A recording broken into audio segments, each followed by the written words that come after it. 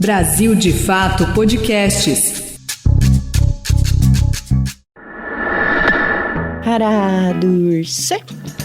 O som aí tá bom, porque aqui eu tô falando nesse negócio, ó. Ô, Lua, cadê o profissionalismo?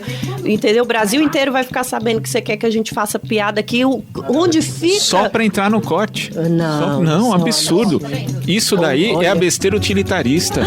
A gente tá objetificando a besteira nacional, entendeu? Eu tentei muito ficar séria. Eu ia dar uma resposta séria. Pô, esse trecho não pode colocar. Não é pode. A minha intimidade. João Pedro, a gente tá aqui com a Carla Nicolini, que também tá na escuta aqui. Olá. Muito bem, então eu não posso falar mal dela. Não. Não é recomendável. Melhor não. Sim, mas não precisa estar tão bonito. Ah, não. Pode ficar tranquilo. Você tá muito apresentável, João Pedro. Obrigado. Tá muito bem. Ele é meio genial pra fazer bobagem, assim. Aí vem esses idiotas, esses reacionários anti-povos indígenas do Brasil falar em marco temporal.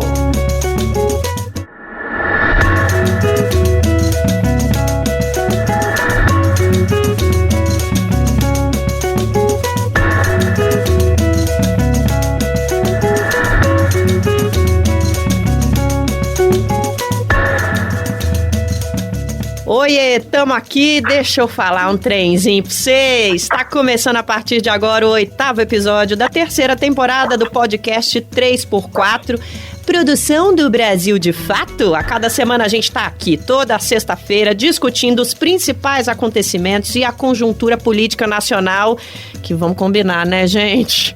Tá complicado escolher assunto. Eu sou a Nara Lacerda e aqui do meu lado tá o meu querido Glauco Faria, meu colega de redação, meu companheiríssimo no Brasil de Fato, que nesta reta final da nossa temporada tá acompanhando a gente na nossa bancada, seu Glauco. Olá, Nara. Um prazer incomensurável estar aqui na bancada do podcast 3x4. O prazer é todo nosso. A gente vai falar também com o nosso querido comentarista, economista e liderança do MST, João Pedro Stedley, que hoje, para minha imensa tristeza, tá longe, tá remoto. Tudo bem, João? Como é que tá por aí? Tudo bem, dona Nara? Estou aqui no vestiário, me preparando para entrar em campo, que como vocês souberam... Opa! Essa semana me convocaram para ir depor lá naquela CPI dos últimos bolsonaristas que não entendem nada da questão agrária brasileira. Irei com o maior prazer, e não tem data ainda, mas já que eles nos provocaram, nós prometemos estar lá firmes e fortes para denunciar para a opinião pública brasileira qual é a verdadeira razão dos conflitos agrários. Quem comete crimes contra o meio ambiente? Quem assassina trabalhadores rurais? Quem pratica trabalho escravo? Quem financiou as caravanas que foram a Brasília, dia 8 de janeiro, tentar dar um golpe? Câmbio, camarada Glauco Nara, seguiremos adelante. Deputados, vocês chamaram, ele vai. Será que vocês estão preparados? Será que foi uma boa ideia deles, Nara? É complicado, né? Quem tá aqui com a gente também hoje pra falar sobre o quê? O que a gente escolheu no meio dessa confusão toda dessa última semana? O julgamento de Jair Bolsonaro lá no TSE, e a gente vai conversar hoje sobre esse assunto. Já vou logo apresentar aqui a nossa querida doutora, que a gente não vai chamar de doutora, hoje nós estamos no você, não tem nem senhora, Carla Nicolini. Muito obrigada, que bom que você está aqui com a gente para falar sobre isso, que a gente precisa demais entender o que está acontecendo, né? Boa tarde, Nara. Boa tarde, Glauco, João. É um prazer estar aqui. Eu espero contribuir para esclarecer aí todos esses pontos aí dessa ação. Então vamos lá colocar todo mundo na mesma página. Nesta semana, a gente tá falando aqui no 3x4 do evento que acho que dá para considerar o mais importante da democracia brasileira, desde que a gente acompanhou o segundo turno das eleições no ano passado. É o julgamento de uma ação judicial pela inelegibilidade do ex-presidente Jair Bolsonaro. O que é, gente? Para não poder ser eleito mais, não poder participar de eleição. Nossa convidada é a Carla Nicolini, vai ajudar a gente a entender tudo isso. Ela é advogada especialista em direito eleitoral, membro da Associação Brasileira de Juristas pela Democracia. Antes de tudo isso, a gente tem um merchanzinho aqui para fazer, viu? Vamos falar do nosso Apoia-se, Glauco? Vamos lá, então. Galera, vocês não estão vendo, mas a gente tá aqui dentro do estúdio com uma caneca lindíssima do Brasil de Fato, que faz parte da nossa campanha de financiamento. Se você gosta do 3x4, dos conteúdos produzidos pelo Brasil de Fato, então ajuda a gente a continuar fazendo jornalismo. É independente a nossa comunicação aqui, a gente precisa contar para você o que a mídia tradicional não conta, e é só aqui no Brasil de Fato, viu, gente? Para apoiar, vai lá no apoia.c/Brasil de Fato e apoia a comunicação popular. Já fizemos aqui o nosso merchan, mostramos aqui o nosso recebidinho, não tem câmera, sinto muito para quem não está vendo, para quem não está no presencial. E vamos falar agora do que está acontecendo lá no Tribunal Superior Eleitoral. Bom, começou nesta quinta-feira o julgamento que pode tornar o ex-presidente Jair Bolsonaro do PL inelegível por 8 anos. O cara não vai poder concorrer em eleição nenhuma. Esse julgamento foi suspenso pelo ministro Alexandre de Moraes hoje, depois da leitura do relatório, da sustentação oral do advogado do PDT, que é quem ingressou com a ação, da defesa de Bolsonaro e do Ministério Público Eleitoral. Essa ação acusa Bolsonaro de abuso de poder político e uso indevido dos meios de comunicação. Ela foi movida pelo PDT depois de uma reunião do ex-presidente com embaixadores no Palácio da Alvorada, em julho de 2022. Vocês lembram? Muito constrangimento fechou o encontro ocorrido nesta segunda-feira, dia 18, entre o presidente Bolsonaro e um grupo de embaixadores estrangeiros no Palácio do Planalto. Nele, o mandatário disparou fake news contra os ministros do STF, o Supremo Tribunal Federal, e do TSE, o Tribunal Superior Eleitoral, e colocou em dúvida o sistema eleitoral brasileiro, além de não economizar teorias conspiratórias sem fundamento na realidade. No Brasil não tem como acompanhar a apuração. Eu não sei o que vem fazer observadores de fora aqui. Vão fazer o quê? Vão observar o quê? Se o sistema é falho, segundo o próprio TSE, é inauditável também. O senhor Fachin declarou, presidente do TSE, que as auditorias não servem para mudar resultado de eleições. Ou seja, fazer auditoria para quê? As urnas são inauditáveis, mas se porventura o pessoal do Comando de Defesa Cibernética do Exército, que foram convidados a integrar uma comissão de transparência eleitoral, caso detecte fraude, não vai valer de nada esse trabalho do Comando de Defesa Cibernética das Forças Armadas, porque o senhor Fachin falou que isso não muda resultado eleitoral. Pois é, esse encontro foi transmitido pela TV Brasil, a TV pública brasileira. Bolsonaro levou à mesa de debates ataques e acusações contra o sistema eleitoral. Aos ministros do Supremo Tribunal Federal não apresentou nenhuma prova. Então imagina, um presidente da República reunir embaixadores do mundo inteiro para falar mal do sistema eleitoral do próprio país e de um ministro do Supremo do próprio país. Tem coisa errada aí, né? Nessa ocasião, a Secretaria de Comunicação do governo barrou a imprensa, disse que só podia participação dos veículos que se comprometessem a transmitir o evento ao vivo. Foi tudo esquisitíssimo. Essa ação tomou corpo depois da inclusão da minuta golpista, que foi encontrada na casa do ex-ministro da Justiça, Anderson Torres.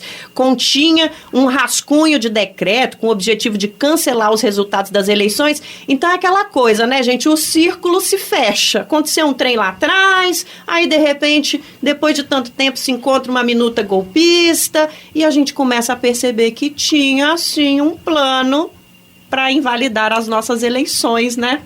Foi isso mesmo, né? É isso mesmo, Nara.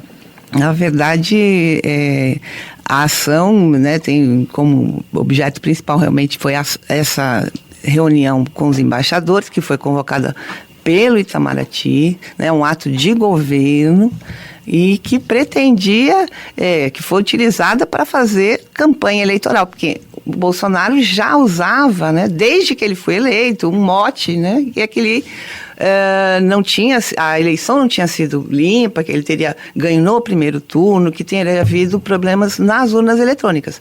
Então, era uma coisa que já vinha ocorrendo desde que ele foi eleito, né? E era uma mote de campanha, que é desestabilizar a urna eletrônica, o processo eleitoral. E que isso, né, quer dizer, é um pilar também da democracia, porque se você confiar no processo eleitoral, é pressuposto da democracia. Eu voto e eu sei que meu voto vai ser computado, eu tenho confiança nisso, e aí o eleito daquele sistema que a gente valida é que vai assumir. E quem perde tem que reconhecer, nada disso que ele fez. Então, quando ele usa esse ato, né, é um ato de campanha, porque é um lema dele, né? E ele usa os embaixadores para dar credibilidade para aquela fala que ele ia fazer, que ele fez uma fala de desinformação, né? Montou uma fake news, botou um público privilegiado e criou na rede, na TV Brasil, né, um órgão de também público, usou o órgão público para reverberar esse discurso e as próprias redes sociais dele. Rapidamente, assim, eles entraram com a ação logo depois do ato, já tinha, assim, no momento, já tinha 600 mil cada rede social dele de views. Você imagina isso numa multiplicação de WhatsApp, Telegram, né? E você vai regimentando pessoas para essa ideia de que o sistema não funciona. Então, há saídas outras, que foi o que aconteceu depois da eleição. As pessoas acampadas, as pessoas pedindo, autorizando, né? Quer dizer, então são fatos graves que foram apurados, porque a fala dele é grave. Como não há fato, houve uma reunião com claro desvio de finalidade para desmoralizar as instituições. E de forma internacional, que é grave, excelências. Utilizou-se bens públicos para finalidades eleitorais, em várias vezes. Constrangeu-se servidores que foram ao palácio na calada da noite, estão nos autos isso. Utilizou-se a TV Brasil, desviou-se propaganda institucional para disseminar fake news. Utilizou-se aviões da FAB, está nos autos, excelência. Dano ao erário em várias oportunidades. Difusão sistemática de fake news. Ataques sistêmicos à democracia, principalmente aos ministros.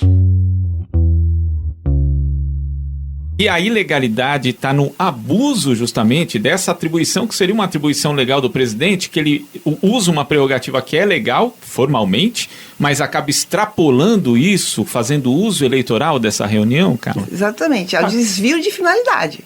Ele, como presidente, de fato, ele pode convocar os embaixadores e ele poderia usar, por exemplo, até para fazer uma prestação de contas do que ele fez no mandato dele. Sim. Isso seria algo corriqueiro. E, eventualmente, também seria...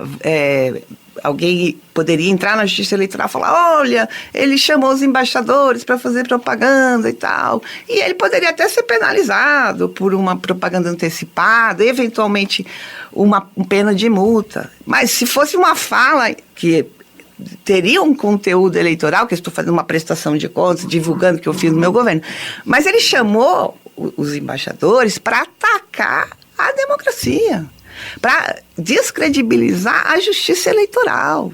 Então, o conteúdo é que é grave, né? Então, o ato em si, inclusive, foi barato. Olha, gastamos 12 mil reais.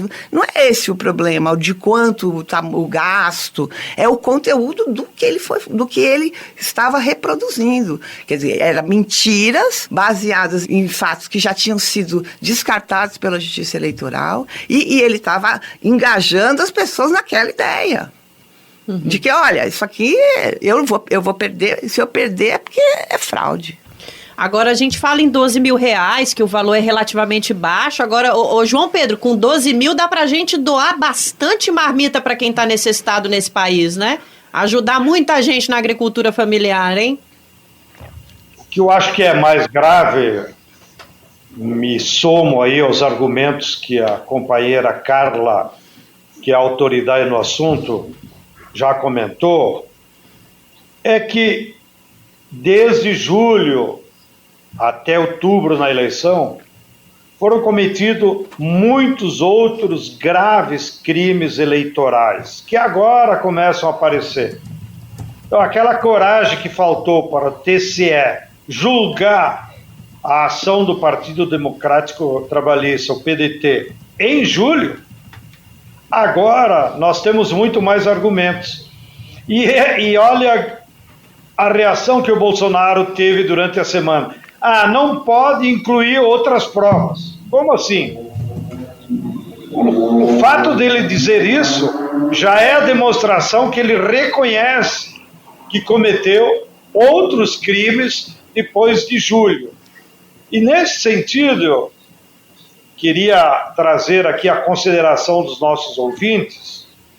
Eu acho que o jurista Miguel Reale Júnior, notório pensador da direita brasileira, o comentário que ele fez sobre o processo que está em julgamento é de que o argumento do Bolsonaro é pífio, porque o Tribunal Superior Eleitoral deve julgar se ele deve manter os direitos políticos ou não, que aliás deveria ser um nome melhor do que esse inelegibilidade, que nem eu consigo falar. Seria melhor nós falar cassação dos direitos políticos.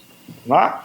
Então, o Miguel Reale Júnior, que foi o autor do processo de impeachment contra Dilma, portanto não é da nossa turma, ele argumentou de que o Tribunal Superior Eleitoral agora deve julgar o comportamento do Bolsonaro pelo conjunto da obra. Não é apenas pela denúncia que o PDT apresentou lá em julho passado. Nós deveríamos, então, já que você começou me provocando por números, incluir os bilhões que agora apareceram desviados da Caixa Econômica Federal pela então diretoria bolsonarista para fazer claramente indução de apoio eleitoral para o governo. Então, eu acho que os fatos são públicos e notórios, há provas contundentes que justificam a cassação dos direitos políticos do famigerado capitão Rachadinha. Estou convencido de que o Tribunal Superior Eleitoral, e até deixo até como uma pergunta para a Carla, que conhece todo mundo, mas pelo que eu leio nos jornais, então, como militante, parece evidente que o Bolsonaro não tem escapatória, porque nós já começamos por uma peça importante, que é o Ministério Público Eleitoral, que já pediu a cassação. Então, normalmente, quando o Ministério Público já se posiciona, facilita. E se o relator, dizem os jornais, tem um documento de 400 páginas para apresentar o seu voto, nos leva a crer, nós como leigos, que ninguém escreve 400 páginas para inocentar ninguém. Eu acho que o relator deve ter buscado todos os argumentos do mundo para poder, de fato, dar substância à sua tese de cassação. Então, se tivesse o Igor aqui na bancada, eu ia provocar ele. Vamos fazer aí um bookmack, e eu aposto que é o joguinho que a gente faz com futebol, né? E eu aposto que vai dar 5-2 pela cassação do capitão Rachadinha. Câmbio, camarada Nara! O que dá para tirar desse primeiro dia, Cláudio? Olha, realmente a tendência, né, é de cassação mesmo, né? Eu acho que até esse placar que o Stedi está falando é bem provável, né? Não sei, há uma pressão sobre o ministro Cássio, né, dos bolsonaristas, né, que isso também às vezes pode fazer um efeito reverso, né, porque é uma situação muito grave também, né, de você ficar pressionando um juiz e tal, né. Agora, elementos que tem suficientes para isso, tem. Outras todas as coisas que ele fez, né, que o João estava falando, efetivamente não vão poder ser julgadas nessa ação, mas existem outras 16 ações em curso que justamente estão questionando, por exemplo, o vale que ele deu para o taxista, para o Uber, o dinheiro que ele deu no auxílio emergencial, o crédito, tudo isso está lá na Justiça Eleitoral. Né? Agora, esses fatos que são os desdobramentos do golpe, que tem a ver com o fato original dessa ação, né? Que é o ataque ao sistema democrático, à urna eleitoral. Então, o contexto da minuta, do golpe, dessas pessoas que foram ouvidas, todas, a prova que foi produzida é nesse contexto. Por isso que, juridicamente, ela está correta. Né? Se talvez não poderia, juridicamente, eu dizer, agora vamos discutir também o problema das contas que eles apresentaram, agora cheia com 1 trilhão, né? Foi aprovada no TCE com 1 trilhão de ressalvas. Tem a ver com tudo isso? Tem a ver, mas não está nesse processo que está sendo julgado. Então, até nisso há uma preocupação do tribunal para justamente não dar margem a esse discurso do Bolsonaro de que estão juntando coisa nova, estão criando fatos para me perseguir. Não, o tribunal está fazendo o julgamento conforme aquilo que foi colocado na inicial, que era justamente esse ataque à democracia. E que foi se revelando, se confirmando com esses fatos que são públicos e notórios. E que ainda que não viessem para a ação, mas são públicos e notórios, pela legislação eleitoral, poderiam ser conhecidos pelo tribunal para a formação da convicção do juiz. Desde o início da minha presidência, o TSE não se pauta a analisar nada e com rapidez. A serenidade, a justiça eleitoral sempre foi célere, até porque os prazos são diferenciados, e tudo que chega é julgado. Não seria esse caso, por envolver um ex-presidente, que eu tiraria esse caso, vou esperar um momento propício. Não, entrou na vala comum. Tudo que é liberado é pautado, não há escolha de casos. Carla, em relação a essa questão da admissão de novas provas, a defesa do Bolsonaro fez inclusive uma comparação com o julgamento da chapa Dilma Temer. Só que ali o contexto e a situação era bem diferente, né? Essa comparação é indevida?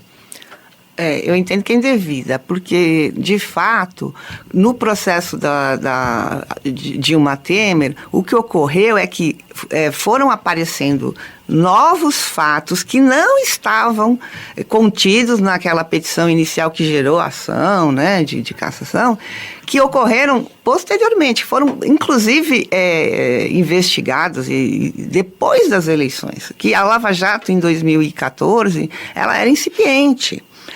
E aí utilizaram, foi dito, olha, o Correio financiou a Dilma, teve doação de empresas, ainda era as pessoas jurídicas ainda podiam doar, então teria havido abuso de poder econômico, mas não tinha nada especificamente com relação a doações da Odebrecht, nada disso estava dentro daquela petição inicial.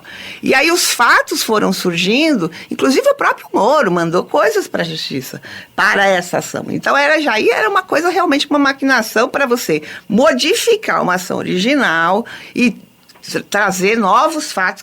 Isso não pode, por quê? Porque uma hora que você entra, o juiz vai ter que estabilizar. Eu pedi isso, eu vou dar isso. Eu vou provar esse fato que eu estou, que eu falei na minha inicial. Outros fatos que vão surgindo não podem, porque você já fez a prova, você já apresentou defesa, não podem ser admitidos no processo. Tem uma parte que estabiliza a demanda e você vai responder conforme aquilo ali que está deduzido lá para o juiz. Aí nós vamos descobrir isso aqui, se ocorreu ou não. Fatos novos, ações novas. Entendeu? Então, isso é se eu estou respondendo uma ação por um determinado fato, eu não posso ser depois, no meio da ação, responder por outro.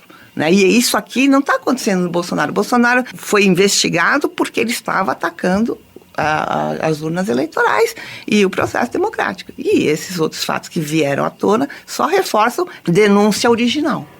Eu tenho uma curiosidade muito grande e eu acho que é uma pergunta, né, uma conversa que vale até para o João depois falar o que ele pensa para a gente também. E a gente conversou sobre isso na nossa reunião aqui para fazer o nosso roteiro, assim, como as pessoas parecem que têm uma grande dificuldade de entender que há um fato muito concreto, um ilícito muito visível e reafirmado por Bolsonaro posteriormente em outros ataques que ele fez. Antes daqui da nossa gravação, você falou, né, sobre a cereja do bolo, a minuta golpista. Depois de tudo isso, ela vem como uma cereja do bolo para mostrar que aquilo realmente era um objetivo, né? Mas por que será que a gente não consegue chegar na população brasileira como um todo com a clareza de que houve um ilícito gravíssimo contra a nossa democracia e de que isso precisa ser julgado mesmo, assim? A gente ouve muitas pessoas falarem, estão pegando as coisas pequenas que o Bolsonaro fez porque não tem nada grande para pegar ele, porque ele foi um bom presidente. Olha aí, só porque ele recebeu os embaixadores, só porque ele falou lá com eles mal das urnas. Não é só isso, né? Não é só isso, né? Não é só isso porque nós temos um sistema de votação que ele estava funcionando desde 1996 e as pessoas nunca desacreditaram nessa urna eletrônica. Então, quando ele cria isso, ele cria um ambiente de desconfiança na classe política, desconfiança nas instituições, e aí você vai tendo uma quebra de vários parâmetros da sociedade e você vai criando um ambiente que é justamente propício ao golpe. Então, por isso quando eu falei, a cereja do bolo, por quê? Porque ele vinha construindo, desde que ele foi eleito, né, essa ideia de que, olha, processo não é justo, as instituições não funcionam. Ele quando já era candidato político, não serve para nada. Então é toda essa ideia de que, olha, tem que ser um cara como eu, que não precisa de Congresso, não precisa de judiciário, eu vou fazer tudo aqui funcionar, que eu sou o cara. E as pessoas, né, também, o processo da Lava Jato criou a própria imprensa, né, não estou falando toda, né, mas criou essa ideia de que político é todo mundo, que político é ruim para o país. Político não resolve minha vida. Então, quando aparece alguém que fala, eu vou resolver na marra, né, parece que o povo acredita. As pessoas acreditam, né? E elas são estímulo porque as pessoas têm dificuldade, né? Da democracia dá trabalho, né? A democracia é um consenso, né? Uma disputa de consenso, né? De criar, administrar dissensos, né?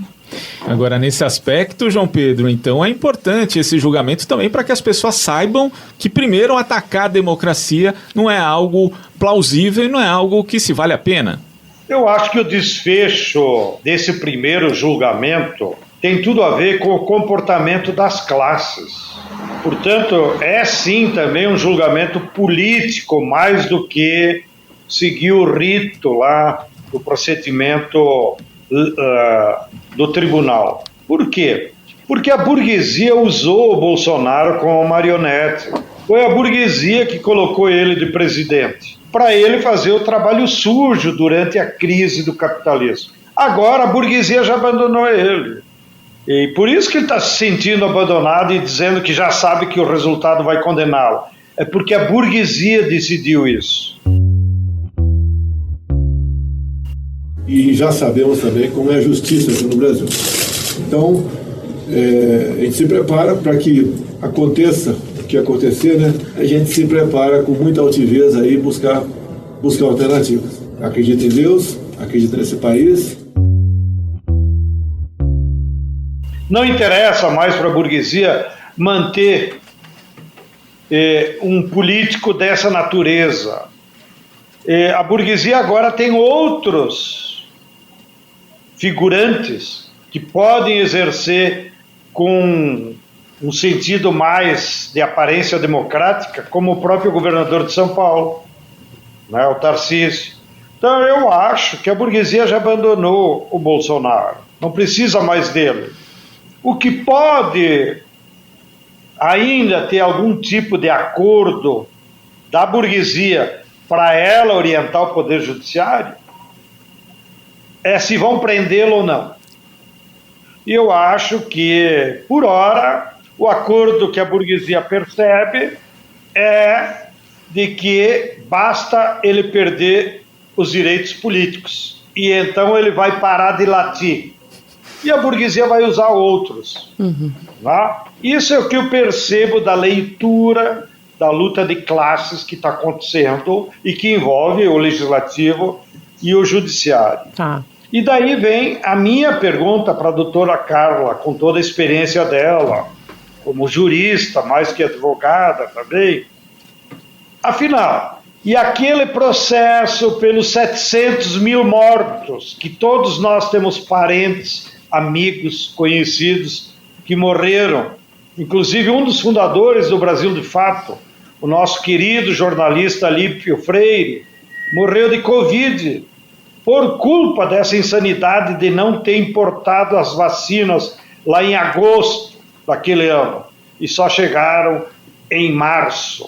A morte do companheiro Alípio Freire é de responsabilidade da gestão Bolsonaro. Então eu quero saber da doutora Carla, quando é que virá o processo, que aí sim cabe pena de prisão pelos 700 mil brasileiros que perderam a vida por irresponsabilidade do governo Bolsonaro. Câmbio, camarada Nara. Vamos lá, Carla. Olha, Sted, eu acho difícil sair essa pena, essa responsabilização do Bolsonaro. É uma questão muito complexa, né? O processo criminal não é tão simples, né? Você tem que ter uma tipificação, individualização dos atos. E aí ele tem lá, né, muitas saídas, um processo muito difícil. Isso é um desdobramento da CPI, né? Tá lá, e ainda tem o Ministério Público que está naquela marcha, estava, né? Agora começou a trabalhar, né? Mas estava naquela marcha lenta, não produzindo provas e tudo. Acho muito difícil. Ele tem outros processos aí administrativos que ele pode vir a ser responsabilizado. Agora, essas investigações do ato, do ato antidemocrático, do CID, falsificação, todas essas coisas que são de natureza penal podem vir a decretar a prisão dele. Acho difícil, sinceramente. Nesse aspecto, a postura da Procuradoria-Geral da República durante o mandato de Jair Bolsonaro, que era justamente o órgão responsável por ajuizar ou por denunciá-lo por qualquer tipo de crime comum, essa postura que o Augusto Aras teve, ela acabou realmente trazendo prejuízos, porque agora fica muito mais difícil a responsabilização penal dele.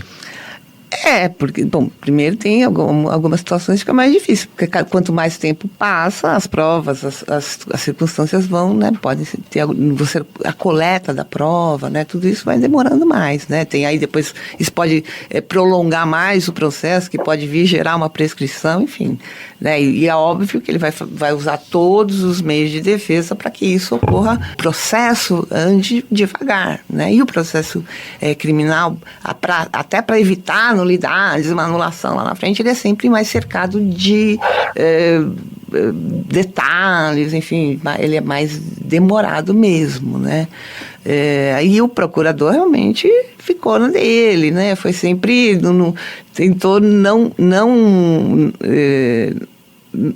segurar, né, as ações contra o Bolsonaro, né? Não foi uma atuação muito diligente, né? Para quem tá aí escutando os nossos teclados, a gente batendo na mesa, gente, é porque o nosso equipamento é tão bom que capta tudo. E aqui é podcast, né? Vocês estão aqui dentro do estúdio com a gente. Não tem problema nenhum, Carlos, pode ficar tranquilo. As minhas notas aqui no notebook já vazaram para todo mundo. Quem souber aí, como é que chama aquele negócio de toque lá, de comunicação por barulhinho? Código Morse. Pois é, quem souber já pegou. Mas olha só, tem uma coisa que eu queria comentar, Glauco, daquela matéria da Folha que a gente comentou ontem, os nossos colegas da Folha fizeram uma matéria com a elite dos pastores evangélicos do Brasil, que anteriormente viviam saindo em defesa do Bolsonaro nas redes, eram a primeira parte daquela rede de espalhamento de notícias falsas, né? E aí aquilo crescia muito por conta deles. Todo mundo num silêncio ensurdecedor, eu diria. A gente comentou isso ontem, os colegas da Folha foram apurar e tinha algumas falas assim, não, com o judiciário não se mexe, decisão judicial não se mexe. Não tem nada que a gente possa fazer por ele, por que nós vamos defender ele em público, né? Agora já era. Então, assim, acho que essa coisa da prisão e essa coisa da certeza, da condenação, passa muito também por esse abandono que a gente tem comentado, né? Acho que tem o barco que está afundando aí, né, o negócio, os ratos. Mas também eu acho que tem uma situação específica que é a fala dele se dirigiu contra a justiça eleitoral. E ele xingou o ministro, quer dizer, e ninguém vai apoiar, né? Porque todo mundo, quem está na vida pública está sujeito a responder a ações, se você é prefeito, se você é deputado, isso é uma coisa muito normal. Então, você não vai atacar o judiciário que você amanhã vai estar lá pedindo socorro, né? Da sua defesa, que você seja julgado. Não que vai haver necessariamente estou dizendo que os juízes são vingativos, mas é que você tem um trato institucional que você tem que se proteger também. Ele xinga todo mundo. Para mim é muito mais fácil estar do outro lado do balcão, do lado daquele cara que está no Supremo e está no TSE, tudo canetando contra mim. Acabou de me dar uma multa de 20 mil reais, que eu reuni com embaixadores aqui. O Fachin se reuniu com embaixadores também. E a política externa é privativa minha e do Carlos França, não é do Supremo e não é do TSE. É o tempo todo usando a caneta para fazer maldade, tentar me tirar de combate, desgastar. Atacou, né, a justiça, o judiciário em geral, né? Então as pessoas não vão apoiar. Todo mundo tem que cuidar de si, né? Cada um de si, né? Nesse aspecto. Ô, Stedley, o que você tá achando da solidão de Bolsonaro neste momento, hein? Eu acho que é resultado daquilo que eu comentei antes. Quem criou a criatura foi a burguesia brasileira, que ganhou muito dinheiro durante o governo dele. Mas a burguesia não tem compromissos pessoais. O compromisso da burguesia é com a taxa de lucro. E ela respeita isso. Então, ela já rifou Bolsonaro. E isso vai repercutindo nos outros espaços da política, seja institucional ou, como vocês citaram, do comportamento dos pastores. Mas eu li essa semana que o próprio presidente do PL disse na imprensa de que a essa altura do campeonato não interessa mais para o partido, o PL, que o Bolsonaro tenha os direitos. Para eles é melhor virar a página da história e procurar outros, como o próprio Tarcísio, que eu já me referi. Acho difícil eles tentarem construir o nome da Michele, porque ela também é uma revista da política, tem muito telhado pela frente. Então, eu acho que a burguesia e os seus partidos de direita vão procurar outras alternativas mais viáveis do ponto de vista político para defender o projeto deles. O Bolsonaro já é favas contadas, ainda que sempre aqui nós comentamos nas nossas conversas aqui do podcast, das vários temas, que há, de fato, na sociedade brasileira, um certo percentual, que ninguém sabe certo quanto se é 10%, 15%, ou alguns chegam a 30%, que é um setor da sociedade brasileira que é de direita, que defende posições conservadoras, né? E que existe na nossa sociedade, mas essa direita, do ponto de vista ideológico, ela não tinha unidade entre eles antes do Bolsonaro. Foi uma unidade pontual em função da crise capitalista, né? Então, eu estou convencido que eles já viraram a página do Bolsonaro, não da direita, né? E vão procurar outras alternativas. Agora eu queria aproveitar o microfone e, ainda nos mantendo ao tema desse julgamento, que vai ser retomado terça-feira, e perguntar para a dona Carla, vou fazer aqui o papel do Igor, já que ele não está na nossa conversa, se ela vê alguma chance de um dos dois ministros tidos como bolsonaristas, deles pedir vista do processo, se isso convém ou não para a direita. Até porque eu li também, não é a minha área, né, de que o Alexandre Moraes, sabiamente, criou uma norma lá dos tribunais, de que agora, quando o ministro pede vistas, no máximo em 60 dias, ele tem que dar o voto. De maneiras que, se não se decidir o caso na terça e alguém pedir vistas, isso só vai se alongar por mais 2 meses, que vai ser uma novela que, na minha opinião, só vai desgastar o bolsonarismo. Então eu gostaria de ouvir a opinião da doutora Carla, que é a nossa sabidona do assunto.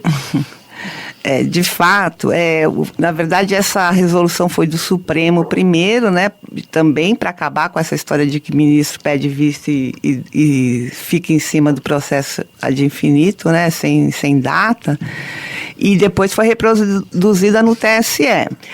Na verdade, a gente ficaria em 90 dias, porque em julho começa o recesso, então não conta para esse prazo, né, de 60 dias, então seria mais 90 dias.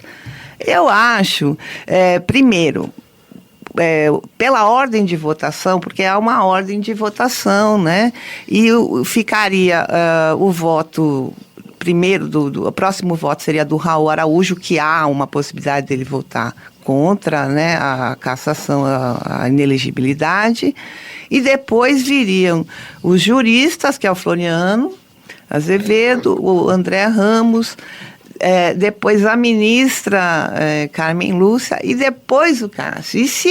Então seria o pedido de vista, a possibilidade do Cássio.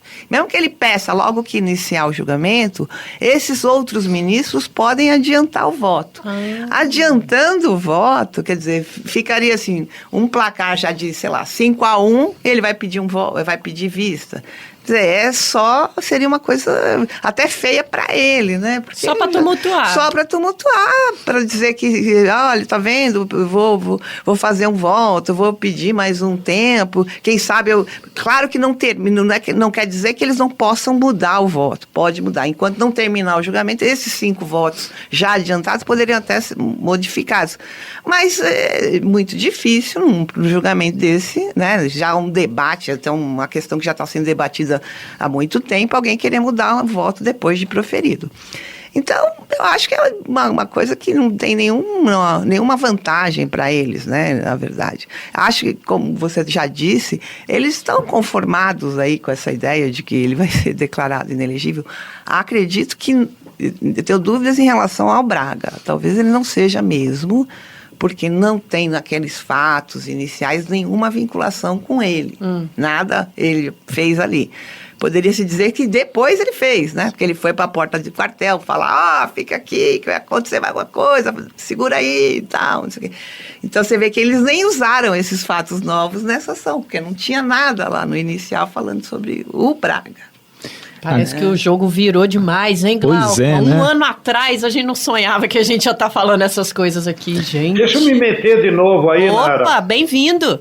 Só para deixar bem claro para nós leigos que estamos acompanhando também. Então, doutora Carla, você acha que terça-feira liquida a fatura? Liquidaria na terça, porque tem vamos dizer assim, uma combinação de que o pessoal façam votos curtos, né? Porque você vê, hoje passou em jornal, né, o tempo inteiro, né, ao vivo, aí você tem um pouco do ego, né? Então foi pedido, vamos fazer votos curtos, né? E então a ideia é que seria, pode dar tempo de todos darem o voto até terça, senão já tem mais 2 sessões já reservadas, né? O que pode acontecer é ir para a próxima por falta de tempo, né?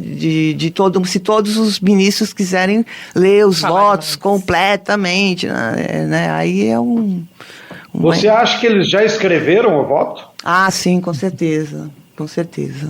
Porque esses processos eles são processos eletrônicos, eles têm acesso, todos os ministros dos seus gabinetes têm acesso ao processo inteiro, e eles já vão trabalhando para elaborar o voto dele, né? Claro, e o ministro já disponibilizou esse relatório justamente para que eles possam entender como é que foi produzido o voto que ele vai levar para plenário, né?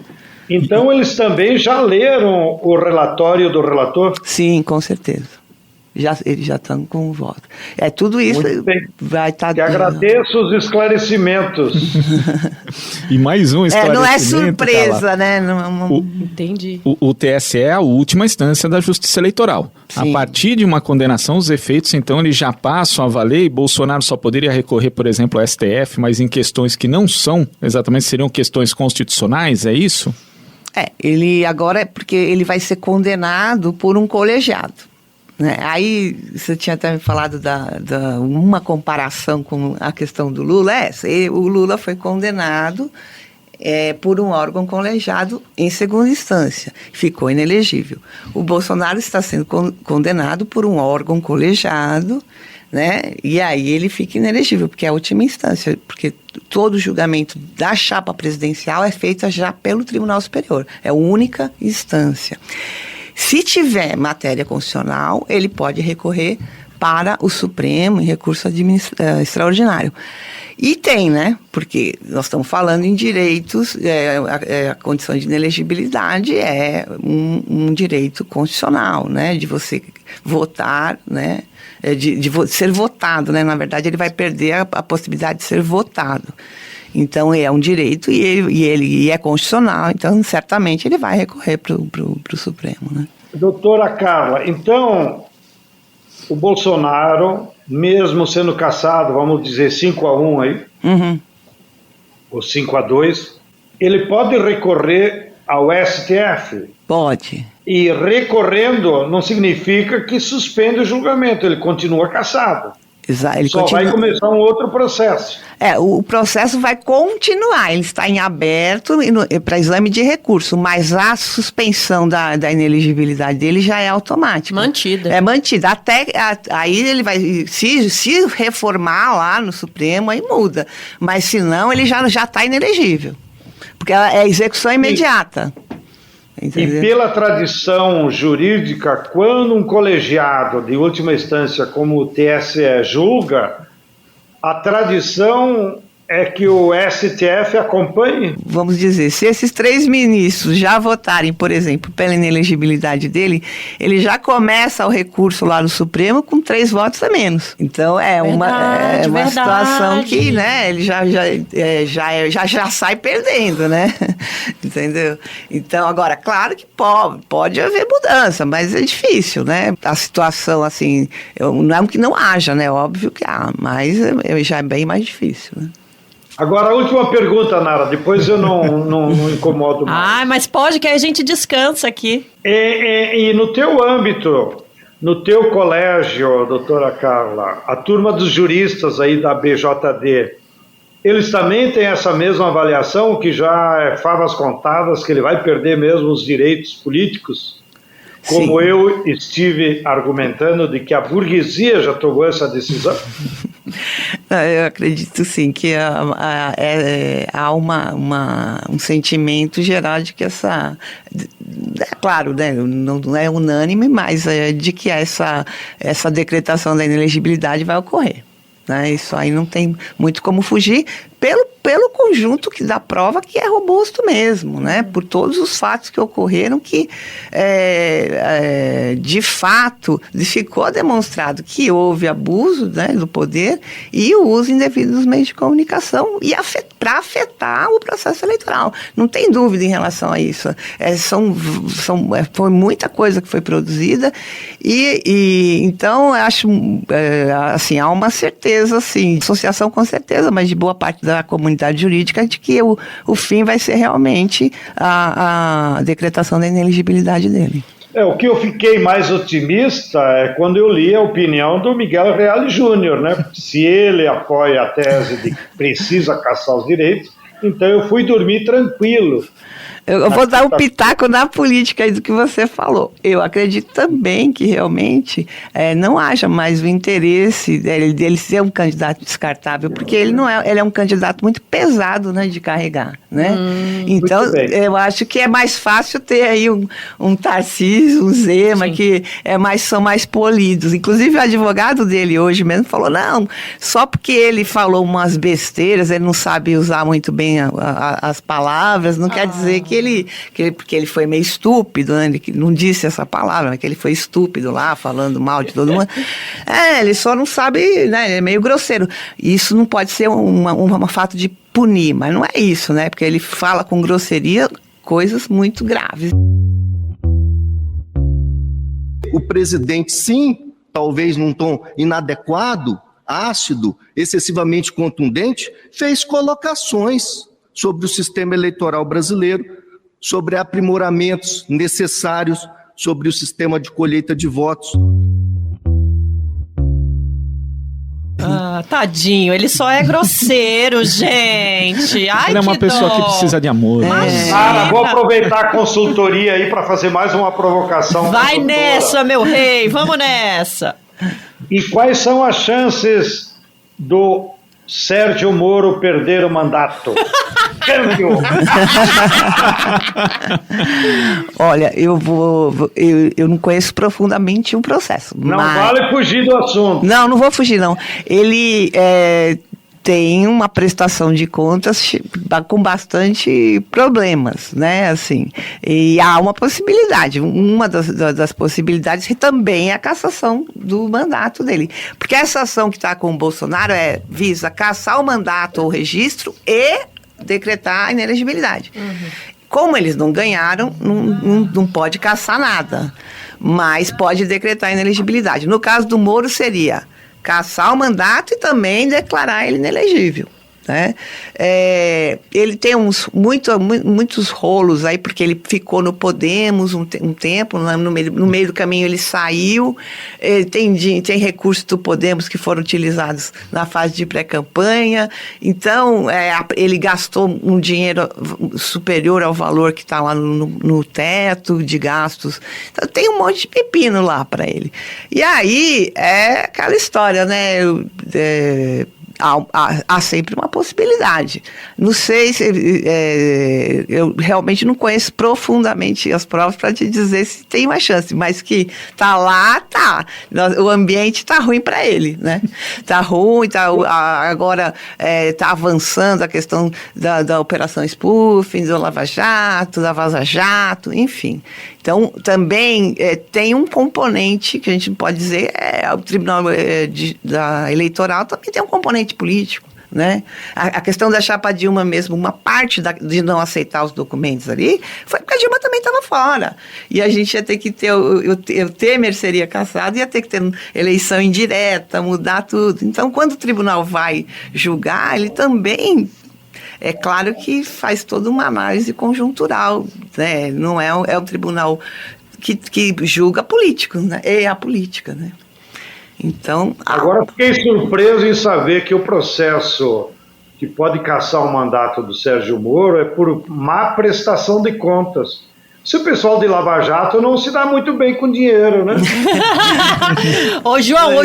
Ou talvez queira se dar muito bem. Né? Mas a gente tem uma pergunta pra você. Você está perguntando demais e a gente quer saber a tua análise também. Se Bolsonaro é considerado inelegível, a gente queria entender aí qual é a análise que o senhor faz, seu João Pedro, sobre a nossa conjuntura política, porque Bolsonaro é um personagem simbólico da atualidade política do Brasil. A direita fica órfã, o que representa esse camarada inelegível, graças a Deus, para nossa política? Na sua opinião? Eu acho que o problema principal agora da extrema-direita é que eles têm o pepino para a opinião pública, que é a CPI do 8 de janeiro. Porque a CPI de 8 de janeiro, se os nossos parlamentares forem coerentes, ela vai revelar todo o esquema de financiamento da extrema-direita, que é onde passa os bancos, a Faria Lima, as benesses fiscais que eles tiveram, o agronegócio, que financiou as caravanas Brasília, os acampamentos, etc. e tal. Então, eu acho que na luta política, já que você me provocou, o tema principal agora, que vai determinar a correlação de forças, vai mudar para a CPI do 8 de janeiro. Que, inclusive, a CPI do 8 de janeiro, lá na Câmara Distrital de Brasília, está fornecendo muitos subsídios para os parlamentares federais, seja deputado ou Senado. Então, eu acho que o centro da extrema-direita é se proteger lá. Já a burguesia brasileira, agora, deve estar preocupada como é que ela se livra do presidente do Banco Central. Por quê? As políticas que o nosso querido Fernando Haddad tomou, está dando um outro ânimo para a economia brasileira. Os índices de emprego formal retomaram, a taxa de câmbio caiu. Então, há uma nova expectativa de retomada do crescimento econômico no Brasil. Porém, tem um problema gravíssimo, que é a taxa de juros.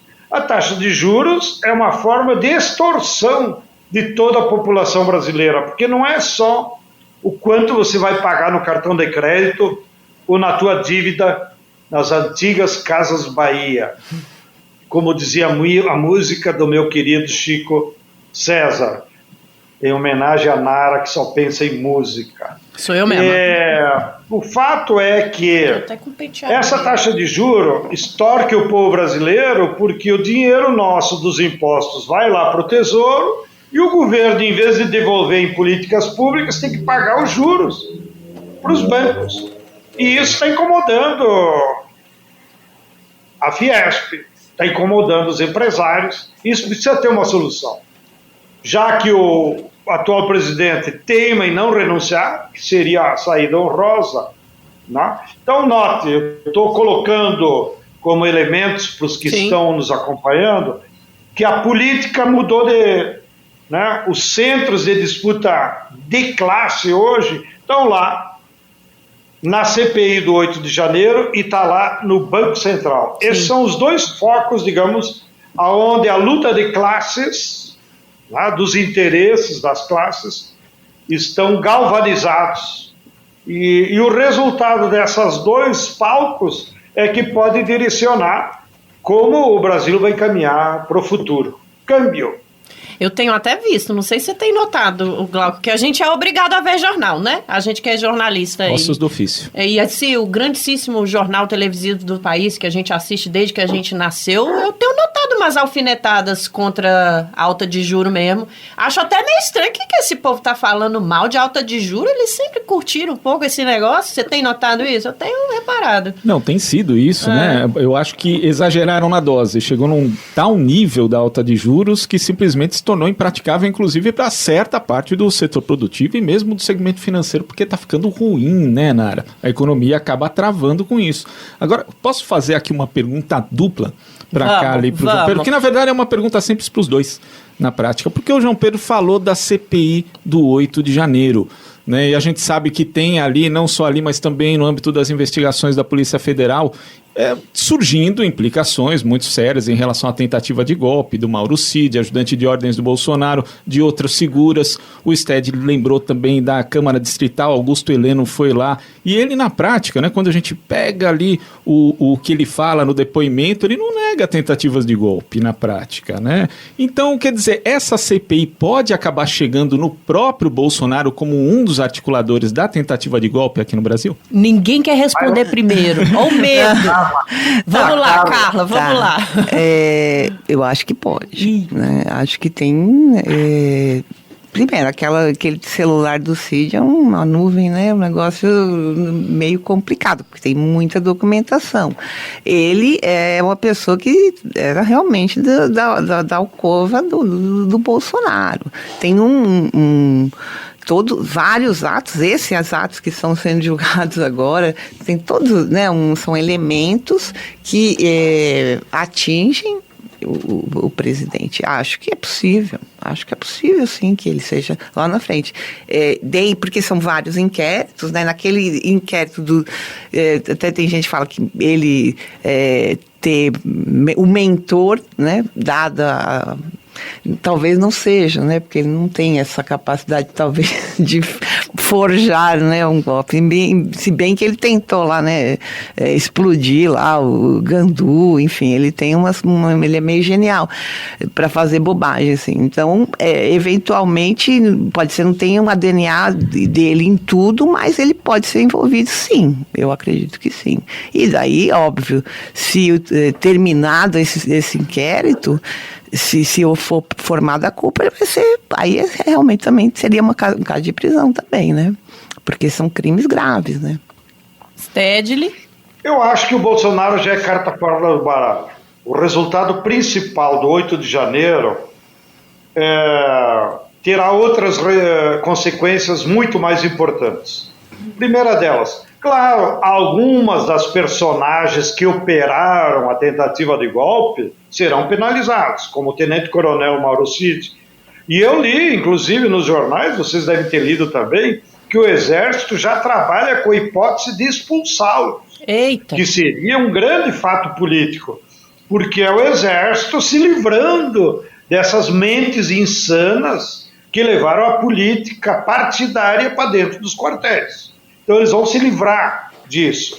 E certamente vai aparecer outros personagens que serão penalizados. Porém, eu acho que o resultado mais importante da política é que as duas CPIs do 8 de janeiro podem desmontar o esquema da extrema-direita que estava se montando, que tinha laços nos milicianos do Rio de Janeiro, nos clubes de tiros que estão espalhados pelo Brasil inteiro. Nisso, a sociedade brasileira está estarrecida, porque cada mês está aparecendo agora tiroteio em escola, e os assassinos, aonde que conseguem as armas? Em casa. Então fica evidente que aquele esquema da extrema-direita de distribuir armas está resultando na morte de jovens e de próprios policiais. Então, tudo isso é um caldo de cultura que vai jogar contra a extrema-direita. Assim como aqueles latifundiários do Centro-Oeste, insanos, né, que ficavam pregando, como aquele deputado estadual de Goiás, né, vai lá na tribuna e diz um monte de besteira, daí o Poder Judiciário vai para cima e ele se arrepende, né, ou se bastar se arrepender. Então, eu acho que o resultado principal... E isso também interessa a uma direita que quer ser mais civilizada, digamos assim, os tucanos, a turma do Tarcísio em São Paulo, a turma do Zema de Minas. Eles são de direita, mas querem aparecer como mais civilizados. E não interessa para eles essa nova aliança com a extrema-direita. Então eu acho que as duas CPIs podem desmontar o esquema que estava sendo montado da extrema-direita no Brasil, que de fato era um perigo enorme, não só pela democracia, mas era um perigo para vidas humanas, como eles acabaram de levar durante o Covid, e a hora ainda se colhe os seus efeitos negativos nesses tiroteios da escola, nessas estupidezes que acontecem nas periferias das cidades. Câmbio, camaradas! Cara, e é impressionante como essa galera bolsonarista parece que tá meio conectada com tudo de meio bizarro que acontece no mundo. Porque o Sted, ele lembrou da óbvia relação entre o armar a população e essas tragédias na escola. Mas aquele ex-ministro lá dele que tava vendendo viagem pra esse submarino que sumiu. Gente! Esse senador, povo... astronauta Marcos. Pois é, que agora é senador, gente. Olha aí, gente. Você cava, pelo amor de Deus. Mas nós vamos ter que encerrar para passar para as nossas dicas culturais. Esse assunto é muito bom, gente. A gente queria ficar falando dele aqui. Ainda queria perguntar para Carla se aquele monte de xingamento do Bolsonaro pode feder ainda mais para ele lá, porque ministro de Supremo também é gente e ministro de TSE também é gente. Se ofende, tem mágoa, mas não vai dar tempo da gente ficar aqui com as nossas elucubrações, senão o povo não escuta, né? João, eu vou começar, por gentileza, com a dica cultural aqui com a Carla. O que você acha? Sempre é você, mas vou deixar ela primeiro hoje. O que você acha? Imagina, ela é convidada especial. Estamos aqui atentos. Qual é a dica, dona Carla? Eu vou indicar um livro sobre chama Criminalização da Política, né? E que ele trata justamente da participação do judiciário, né? E da política, né? A judicialização da política. É um livro leve, curtinho, não é muito técnico, é Vânia Siciliano Aieta, uma professora do Rio de Janeiro, que eu acho que é um tema interessante, que é leve e dá para as pessoas entenderem como é que funciona a justiça eleitoral e essa mediação com a política e com os políticos. E olha como é importante a gente ler esse tipo de obra. A gente precisa muito saber dessas coisas. Olha o que está acontecendo no país, gente. Nós estamos aqui tentando, até discutimos ontem, né? Como que a gente vai explicar como se a gente tivesse... Me explica, Carla, como se eu tivesse 5 anos. O que está acontecendo na nossa república? Se a gente lê essas obras, a gente chega um pouquinho mais preparado nesse debate aí. Excelente dica, muito obrigada. Vamos lá, sua dica cultural hoje, João Pedro Stedley. Primeira dica do cultural, que é um comentário só. Eu li essa semana sobre uma atividade cultural fantástica. O presidente da Bolívia, nosso querido Arce, esteve numa cerimônia religiosa em ruínas dos antigos povos originários da Bolívia.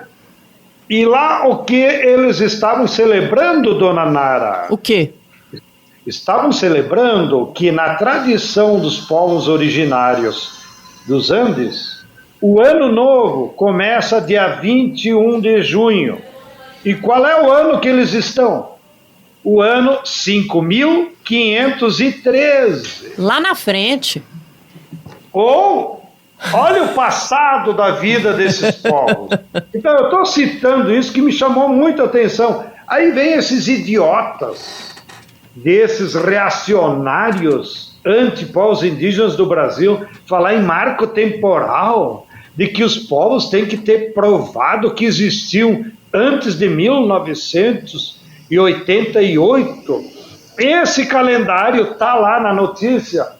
É utilizado pelos povos dos Andes, pelos povos da Amazônia e pelos povos do Chaco. Só não eram utilizados pelo povo aqui da Mata Atlântica. Mas olha, é um povo que tem calendário que vem desde 5.513. Atenção, senhor procurador de Santa Catarina, volte para a escola. A doutora Carla pode dar essa dica. Em que escola o procurador de Santa Catarina poderia voltar a estudar? Bom, brincadeiras à parte, que é verdade.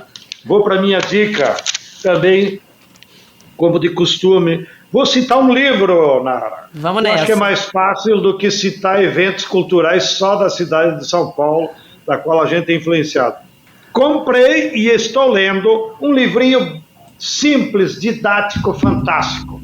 As Panteras Negras, ou melhor, Os Panteras Negras, que fala da trajetória daquele partido político da década de 60 nos Estados Unidos. Procurem pela internet, editora Jandaíra, o autor é Henrique Samin. Foi lançado agora, o mês passado.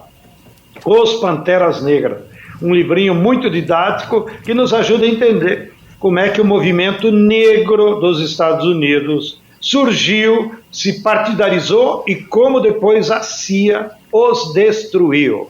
Boa leitura para todas. Os Panteras Negras. Câmbio.